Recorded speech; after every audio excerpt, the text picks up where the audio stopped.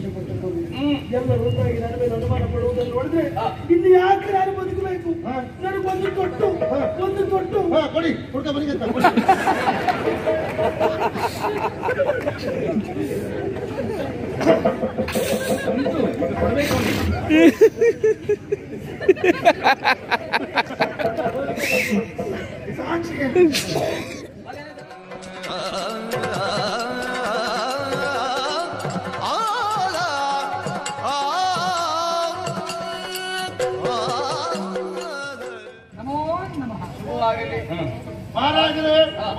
ಒಳ್ಳೆಯದಾಗಲಿ.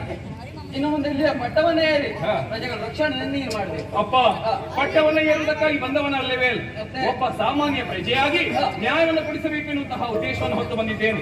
ನಿಮ್ಮ ಮಗನನ್ನ ವರಿಸಿರುವಂತಹ ವಿಜಯ ಸಿಂಹನಿಂದ ಈ ಪುಷ್ಪರ್ಚನೆಗೆ ಅನ್ಯಾಯ ಆಗಿದೆ. ತ್ರಿವೇಣಿಯನ್ನು ಬಲಾತ್ಕರಿಸುವುದಕ್ಕೆ ಮುಂದಾಗಿದ್ದಾನೆ. ಜೊತೆಯಲ್ಲಿ ನಮ್ಮ ಹಾಲು ಕಿಟ್ಟಪ್ಪನಿಗೂ ಅನ್ಯಾಯ ಆಗಿದೆ. ಅಪ್ಪ ಹೌದು, ಅವನಿಗೆ ಹೋಯ್ತಂತೆ. ವಿಜಯ ಸಿಂಹನಿಂದ ಅನ್ಯಾಯ ಆಗಿದೆ. ಹೌದು, ನ್ಯಾಯವನ್ನು ಕೊಡಿಸಬೇಕು. ಯಾರಲ್ಲಿ ವಿಜಯ ಸಿಂಹನನ್ನು ಬರೆಯಬೇಕು?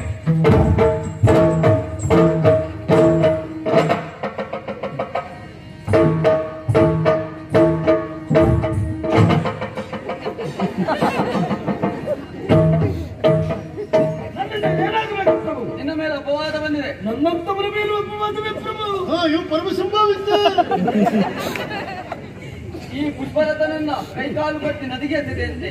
ಈ ತ್ರಿವೇಣಿ ಮೇಲೆ ಬಲಾತ್ಕಾರ ಮಾಡಿದೆಯಂತೆ. ಆ ಕಿಟ್ಟಪ್ಪನಿಗೂ ಮೋಸ ಮಾಡಿದೆಯಂತೆ. ಇಂತಹ ಅನ್ಯಾಯ ನನ್ನ ಮೇಲೆ ಯಾಕೆ ಬಂತು ಅಂತ ಅರ್ಥವಿಸಿಕೊಂಡೆ. ಇನ್ನೊಂದು ಸಂದರ್ಭ ಮೋಸ ಮಾಡಿ ನಿಮ್ಮ ಮಗಳನ್ನ ಮದುವೆ ಆದಂತಲ್ವಾ? ತಪ್ಪು ಪ್ರಭು ಒಂದು ಮಾಡಿದ್ದು ತಪ್ಪು ಏನು ಅಂತ ಅರ್ಥವಿಸಿಕೊಂಡಿದ್ದೇನೆ.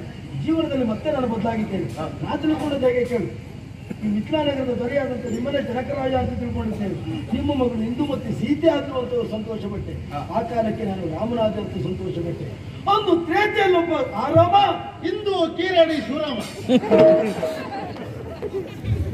ಇನ್ನು ಈ ಶ್ರೀರಾಮನಾದ ಅಂತ ಸಂತೋಷ ಪಟ್ಟದ್ದು. ಎಲ್ಲರೂ ಒಂದಾಗಿ ನನ್ನ ಮೇಲೆ ಅನುಮಾನ ಪಡುವುದನ್ನು ನೋಡಿದ್ರೆ ಇನ್ನು ಯಾಕೆ ನಾನು ಬದುಕಬೇಕು? ನನಗೊಂದು ತೊಟ್ಟು ಕೊಡಿ ಹುಡುಕ ಬರಿಗೆ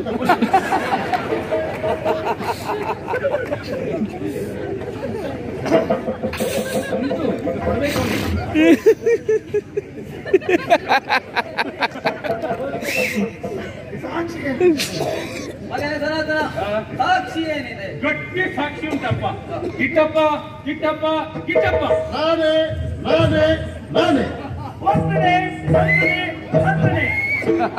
ನೀನು ಸಾಕ್ಷಿಯ? ಸಾಕ್ಷಿ. ಸಾಕ್ಷಿಗೆ ಅಂತ ಸಾಕ್ಷಿ ಸರಿ ಇದೆ. ಯಾರಿಗಿಲ್ಲ. ಜೀವಮಾನ ಇಡೀ ಹಾಲಿಗೆ ನೀರು ಹಾಕಿದ್ದು ನೀನು, ನಿಂಗೆ ಅಂತ ಸಾಕ್ಷಿ ಇಲ್ಲ. ಹಾಲು ವಿಷಯ ಬರಲಿಲ್ಲ, ಪ್ರಕರಣ ಬೇರೆ ಬೇರೆಯಾ? ಓ, ಅದು ನಿನಗೆ ದುರಂಕಾರ. ನೋಡುವ, ಅವ್ರ ಮೇಲೆ ಆಕ್ಷೇಪ ಮಾಡ್ಲಿಕ್ಕೆ ಹೊರಟಿಯಲ್ಲ. ಏನ್ ಕಂಡದ್ದು ನೀನು? ಬಲಾತ್ಕಾರ. ಯಾರ ಮೇಲೆ? ತ್ರಿವೇಣಿ ಮೇಲೆ ವಿಜಯ ಸಿಂಹರು. ಅದು ಸ್ಥಳ ಯಾವುದು? ಹೊಳೆ ಬದಿ ಮೇಲ್ದಾರಿ. ಅಲ್ಲಿ ನೀ ಯಾಕೆ ಹೋಗಿದ್ದೆ? ನಾನು ಅದ್ರಲ್ಲಿ ಹೋಗ್ತಾ ಇದ್ದೆ. ಯಾಕೆ?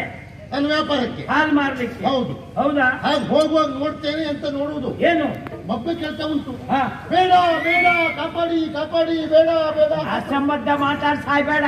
ಅದಕ್ಕೆ ಬೇಡ ಬೇಡ ಹೇಳಿದ್ದಕ್ಕೆ ಕಾಪಾಡಿ ಹೇಳಿದ್ದಕ್ಕೆ ಅಲ್ಲ. ಬೇಡ ಬೇಡ ಹೇಳ್ತಾಳೆ ಅಂತಾದ್ರೆ ಮತ್ತೆ ಕಾಪಾಡಿ ಅಂತ ಹೇಳ್ತಾಳೆ. ಒಂದಕ್ಕೊಂದು ಸಂಬಂಧ ಇಲ್ಲ. ಅವನಲ್ಲಿ ಬೇಡ ಹೇಳಿದ್ದು, ಹಾ, ಬೇರೆ ಬಂದು ಕಾಪಾಡಿ ಅಂತ ಹೇಳಿದ್ದು. ಅಂದ್ರೆ ಅವಳಿಗೂ ಮನ್ಸಿತ್ತ ನೋಡ್ದೆ.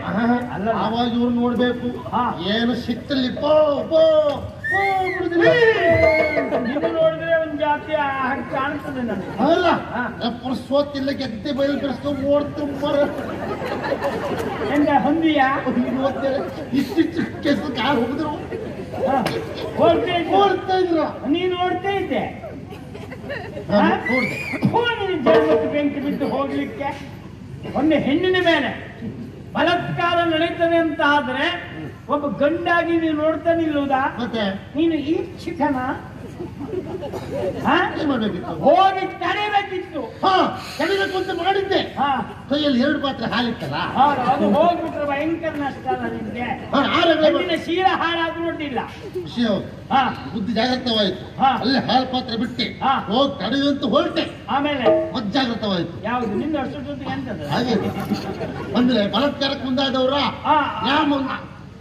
ಅವ ಬಲಾತ್ಕಾರಕ್ಕೆ ಮುಂದಾದವ. ಹೌದು, ನಾ ಹೋಗಿ ತಡೆದ್ರೆ ಅದು ನಿಂಗ್ ಜಾಗ್ರತೆ ಆಗ್ತಾ ಇರುವುದು ಯಾಕೆ ಅಂತ. ಅದೇ ಬಲಾತ್ಕಾರಕ್ಕೆ ಮುಂದಾಗಿದ್ರ ನಾ ಹತ್ರ ಹೋದ್ರೆ ನನ್ ಬಿಡ್ತ ಅಂದ್ರೆ ನಿನ್ ಮೇಲೂ ಅವನಿಗೆ ವ್ಯತ್ಯಾಸವೇ ಇಲ್ವಾ?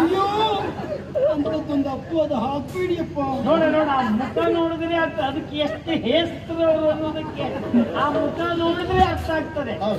ಹಾಗೆಲ್ಲ ಹೇಳಿದ್ ನಾನು. ಕೈಯಲ್ಲಿ ಬೇರೆ ಕತ್ತಿತ್ತಲ್ಲ, ಹೋಗಿ ನಾನು ಕಡಿದ್ರೆ ನಾನು ಕಡಿದ್ರೆ ಓ ಭಯ ಆಯ್ತು. ಸಾರಿಗೆ ತಪ್ಪಲ್ಲ. ಆದ್ರೂ ಒಂದು ಏನು, ನಿಮ್ಮ ಮನೇಲಿ ಅಕ್ಕ ತಂಗಿ ಇದ್ರೆ ಅವ್ರ ಗೋಳು ಯಾರಿಗೂ ಬೇಡ. ಯಾಕೆ? ಯಾರಾದ್ರೂ ಅವ್ರ ಮೇಲೆ ಬಲಾತ್ಕಾರಕ್ಕೆ ಬಂದದ್ದೇ ಹೌದಾದ್ರೆ ನಿನಗೆ ಭಯ.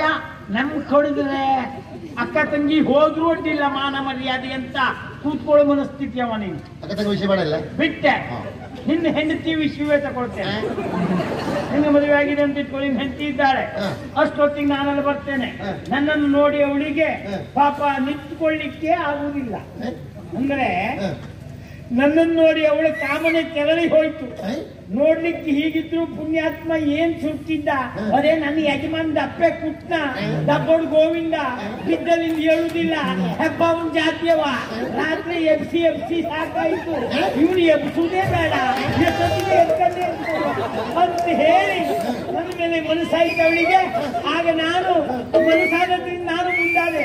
ಆದ್ರೂ ಪಕ್ಕದಲ್ಲಿ ನೀನಿದ್ದೇನೋ ಕಾರಣಕ್ಕೆ ಬೇಡ ಬೇಡ ಬೇಡ ಅನ್ನೋದು. ಆಗ ಕಾಮನ ಕೆರಳಿ ಹೋಗಿ ನಾನು ಅವಳ ಮೈ ಮೇಲೆ ಕೈ ಇಟ್ಟಿದೆ. ನೀನು ಇದನ್ನು ನೋಡ್ಕೊಂಡು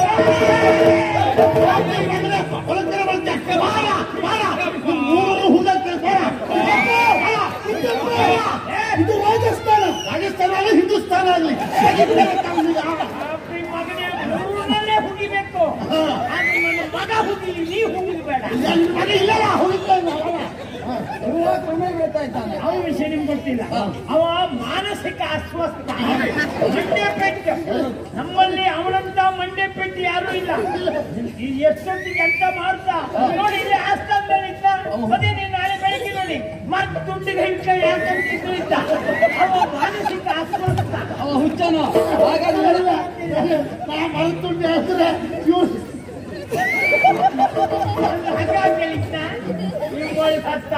ನಿನ್ನ ಸಾಕ್ಷಿ ಪರಿಗಣಿಸಲಾಗುವುದಿಲ್ಲ.